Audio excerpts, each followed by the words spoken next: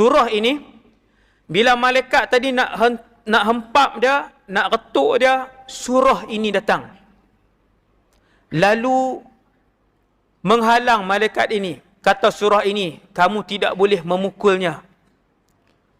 Kerana Tuan aku ini, empunya roh ini, adalah orang yang selalu membacakan aku ketika hidup dia dulu di atas muka bumi.